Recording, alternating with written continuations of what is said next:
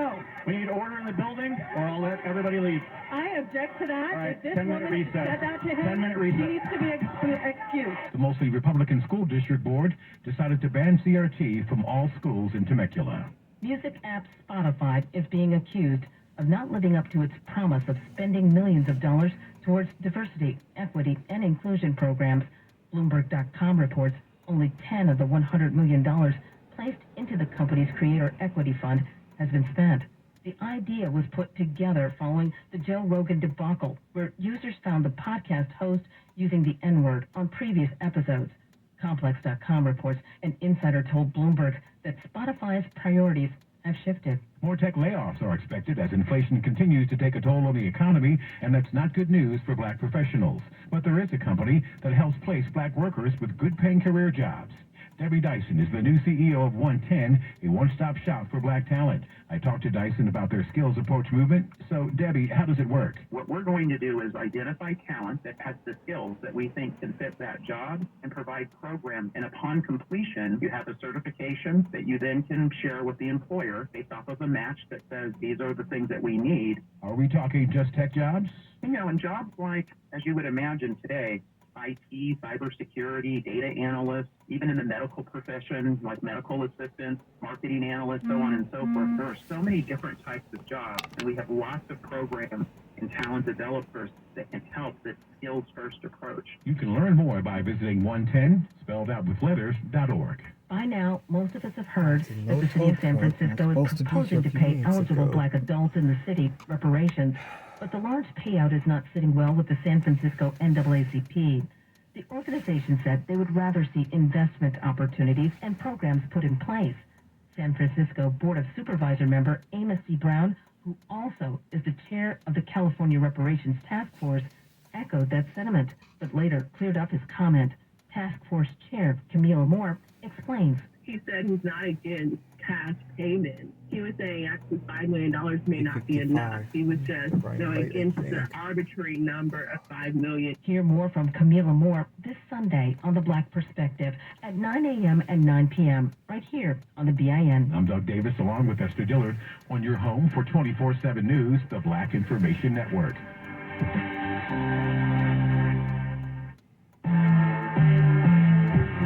Black journalism at work. Because truth matters. The Bay Area's BIN 910. Your money on the Black Information Network. The former CEOs of the failed Silicon Valley and Signature banks are being called to testify before Congress.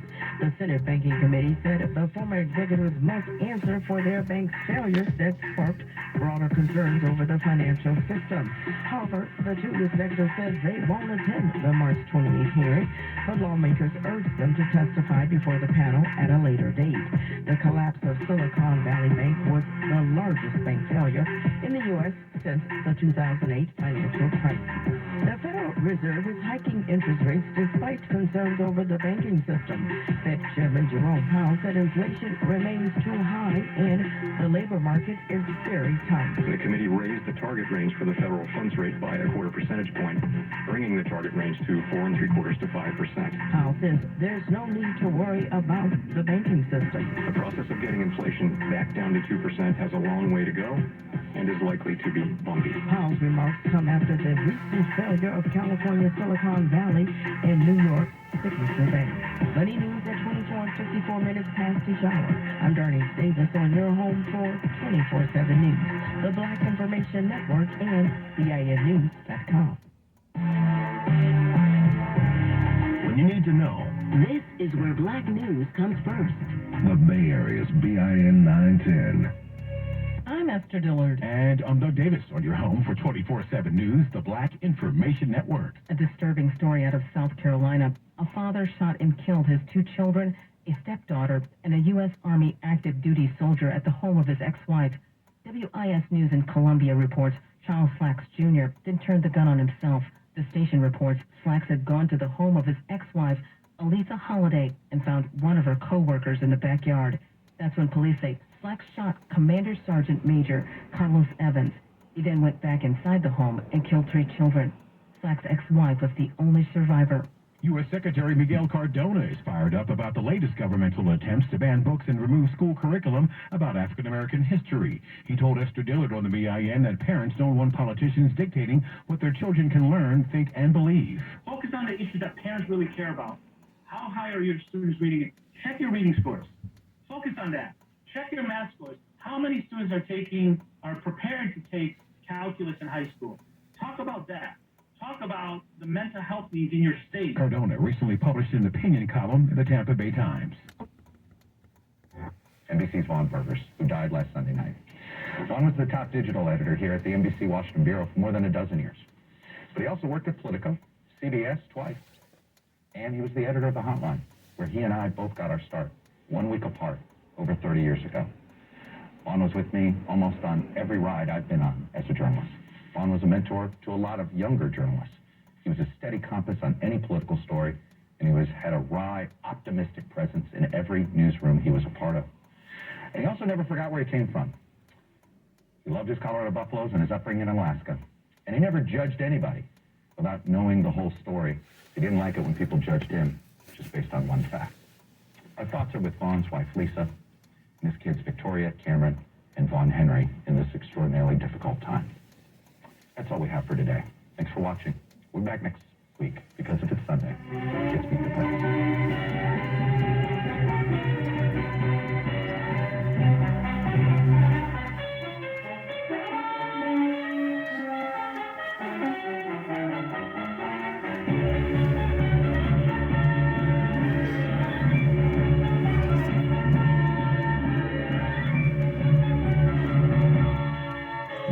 Is produced by NBC News. This is Westwood One. This is KNEW Oakland. KOSF 103.7 FM HD2 San Francisco. Bloomberg 960. Now a global news update. The FBI is ready to respond to any potential violence if former President Trump is indicted this week. Appearing on CNN's State of the Union, Senator Mark Warner said Trump's warning of potential death and destruction is another example of his outrageous behavior. The Virginia Democrat noted he's been briefed by the FBI, and they're fully prepared given Trump's call for protests if he's arrested. A grand jury in Manhattan is probing the former president's role in a hush money payment. Millions will be keeping an eye to the sky today after an outbreak of tornadoes and strong thunderstorms across Mississippi and Alabama killed at least 26 people. The trail of destruction is over 100 miles long, with at least 12 tornadoes hitting the area. The rural towns of Silver City and Rolling Fork, about 60 miles northeast of Jackson, Mississippi, bore the brunt of the damage. The state's House Speaker, Mike Gunn, says he's seen a lot of destruction. Yeah, I am actually at ground zero here in Rolling Fork, Mississippi, as we speak. Words just cannot describe the devastation that I'm seeing. Tens of thousands are still without power across Mississippi, Alabama, and Tennessee. Vice President Harris is beginning a three-nation visit to Africa. Harris and Second Gentleman Doug Emhoff arrived in Ghana today after departing Joint Base Andrews last night. She's expected to deliver several speeches and also meet with leaders in Tanzania and Zambia before returning to Washington, D.C. next Sunday. Senate Minority Leader Mitch McConnell is on the road to recovery. McConnell recently suffered a concussion and rib fracture from a fall. On Saturday, he announced he's been released from the inpatient physical therapy facility where he spent the last week recovering. He thanked people for their kind wishes and said he looks forward to returning to work in the Senate. The Powerball jackpot continues to grow. Lottery officials say no one picked all 6 numbers in last night's drawing. That means Monday night's jackpot will be worth at least $122 million. I'm Tammy Trujillo. Embattled Republican Congressman George Santos has now reached a deal to settle a legal matter in Brazil. Liz Warner has more. The deal is slated to settle a 15-year-old fraud case. CNN reports Santos will formally confess to defrauding a Rio de Janeiro clerk out of $1,300 worth of clothes and shoes, and he will pay damages. Brazilian authorities were unable to find Santos after he left the country, but the case was reopened in January when the freshman congressman came under serious scrutiny over lying about significant portions of his background. The GOP lawmaker also faces investigations by the House Ethics Committee, along with authorities in New York over several allegations. Liz Warner, New York. The Department of Justice says President Biden won't assert executive privilege on court-ordered depositions from former President Trump and FBI Director Christopher Wray. Trump and Wray were ordered to sit for depositions in lawsuits brought by two former FBI employees. They say they were wrongfully targeted for investigating Trump's ties to Russia during the 2016 election as part of a political vendetta. A raging fire has destroyed a longtime Paterson, New Jersey pickle factory. David Folk Thomas reports. The fire breaking out shortly after 6 a.m. Saturday at the Pickle King building located at 220 Ellison Street. Firefighters responded to the scene, and a short time later, the roof collapsed. There were no workers reported to be inside the building at the time, but at least one firefighter suffered minor injuries. The Pickle King has been in business since 1958. The cause of the fire is under investigation. David Folk Thomas, New Jersey. Idaho will now allow execution by firing squad. Governor Brad Little signed the legislation Friday after the state has experienced difficulty in securing drugs needed to carry out lethal injections. Idaho is now the fifth state in the nation to allow death by firing squad. Others include Mississippi, Utah, Oklahoma, and South Carolina. The law goes into effect on July the 1st. I'm Tammy Trujillo. I'm Shannon Bream. The U.S. launches airstrikes in Syria following the death of an American contractor in an attack linked to Iran. The Pentagon retaliates against pro-Iranian militants after a deadly drone attack. But the White House says firmly the U.S. does not want conflict with Iran. The strikes that we took last night were intended to send a very clear message. We'll sit down exclusively with Michael McCall, chairman of the House Foreign Affairs Committee, on projecting U.S. military power without inflaming tensions.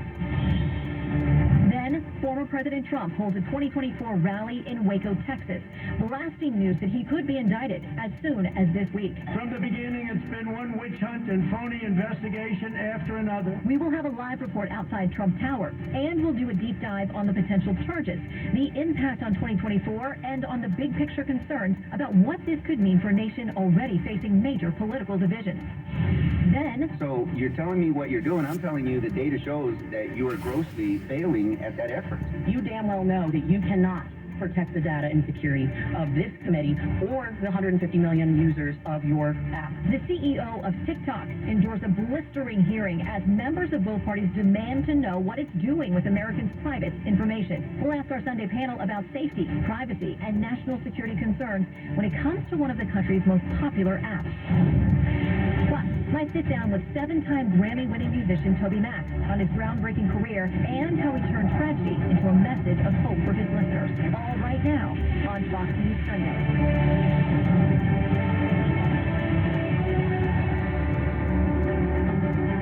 Hello from Fox News in Washington. We are waking up to news on multiple fronts this morning. Last night, former President Donald Trump lashed out at the Manhattan District Attorney. He is fuming over a possible indictment that could come as soon as tomorrow. And U.S. troops in Syria are on high alert right now after the U.S. and pro-Iranian groups traded fire in recent days. The president says U.S. airstrikes are designed for deterrence, but there are new concerns about escalation in a volatile area. We have much more on those stories coming to you in just minutes, but we begin with that deadly tornado that ripped through the Mississippi Delta late Friday. More than 24 people have died, and Governor Tate Reeves has declared a state of emergency. Robert Ray of Fox Weather is live in Rolling Fork, Mississippi, one of the hardest hit areas. Robert.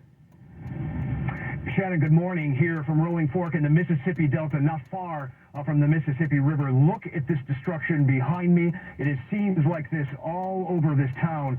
And the devastation, the terror from this tornado began Friday night at about 8 p.m. Central. And you see this right now, Shannon. It's projectiles like this from homes that turn into missiles, wood boards, vehicles on top of homes, and people's livelihoods destroyed. According to the National Weather Service, a preliminary rating of an EF4 tornado. What that means is that those winds were 166 miles per hour or even higher. Tremendous devastation as this area has been battered every single week by severe weather since Christmas.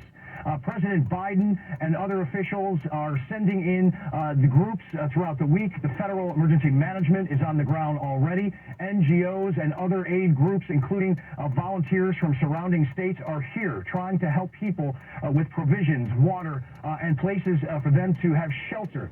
This town of just under 2,000 people in complete devastation, catastrophic, as the folks here are trying to pick up the pieces here on this Sunday. 25 people have lost their lives in the state of Alabama, one person in Mississippi, and this terror and trauma will just continue in the days ahead. But federal government promising they will be here to help the folks. Shannon? Robert Ray in Mississippi. Robert, thank you very much. And back to coverage of the U.S. military strikes in Syria. Iran's proxy forces launched 3 more attacks Friday and Saturday targeting U.S. forces. Another American soldier was wounded, bringing the total to 1 American contractor killed and 7 other Americans wounded. But there were no new attacks last night. In a moment, I'll ask Texas Congressman Michael McCall, chair of the House Foreign Affairs Committee, about all these tensions overseas and also the U.S. response. But first, Lucas Tomlinson reports on the president's warning to the militant groups. President Biden traveled to Canada to unveil a new deal with Prime Minister Trudeau, giving both countries the authority to turn away asylum seekers on its shared border. But attacks by Iran's proxy forces against some of the 900 U.S. troops in Syria and retaliatory strikes by U.S. Air Force F-15 Strike Eagles dominated Biden's visit to Ottawa. The United States does not emphasize seek conflict with Iran, but be prepared for us to act forcefully, protect our people. The top general for U.S. forces in the Middle East says his soldiers have been attacked nearly 80 times since Biden took office. Today, Iran possesses the largest and most diverse missile arsenal in the Middle East. The use of proxy forces, part of the ongoing shadow war between the U.S. and Iran for decades. Is Iran responsible for the death of an American citizen or not? Look, Iran certainly, again, backs these groups. As the Biden administration tries to pivot away from the Middle East, in recent weeks, China has moved in, brokering a deal between Saudi Arabia and Iran to resume relations. On Capitol Hill, many lawmakers from both parties want to counter China's military and economic rise, taking aim at the CEO of the popular app, TikTok. Are teenagers in particular shown more distressing content? The opposite is true. And questions about ByteDance, TikTok's parent company, headquartered in Beijing. Has ByteDance spied on American citizens? I don't think that spying is the right way to describe it. Many lawmakers want to see TikTok banned completely nationwide. Shannon? We'll talk about that. Lucas Tomlinson reporting from the White House. Lucas, thank you.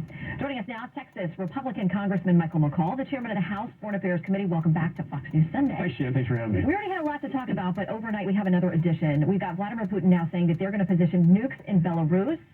We're for now saying it doesn't change our posture, but what does it say to you? That tensions are rising. I think this is saber-rattling on the part of Putin to basically try to frighten with the operations going on. Here's the way I see it, Shannon, is since President Biden has come into office, he's projected weakness. And when you project weakness, you invite aggression and war. When you project strength, like Reagan talked about, you invite peace. And so what we're seeing, you saw the peace on Iran getting aggressive. And now Putin now invading Ukraine. And Chairman Xi in China threatening Taiwan and the Pacific. All these things are happening at the same time, and it's not by accident, it's by design, and it's a weak foreign policy out of fear. I mean, I think that we are so weak right now. These tactical nukes are disturbing. I think it's the fact they're in Belarus, as well. But, the Japanese Prime Minister went to Ukraine the other day and said that what happens here in Ukraine will happen in Taiwan and in the Far East and the Pacific. So, we have to...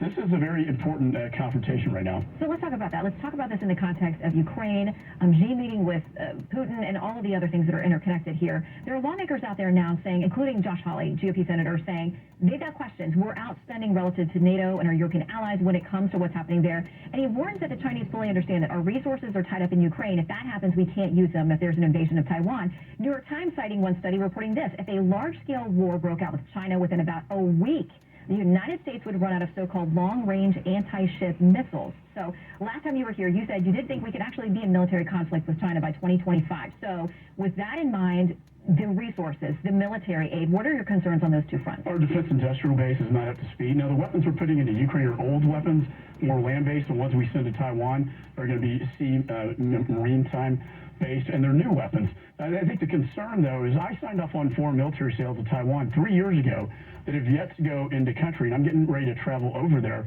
That's a concern. There's no deterrence I think what's happening in Ukraine will provide a deterrence with what happens in Taiwan, but they are not prepared. There's no deterrence there for war. But if China knows that, how much does that cripple us in the idea of deterrence?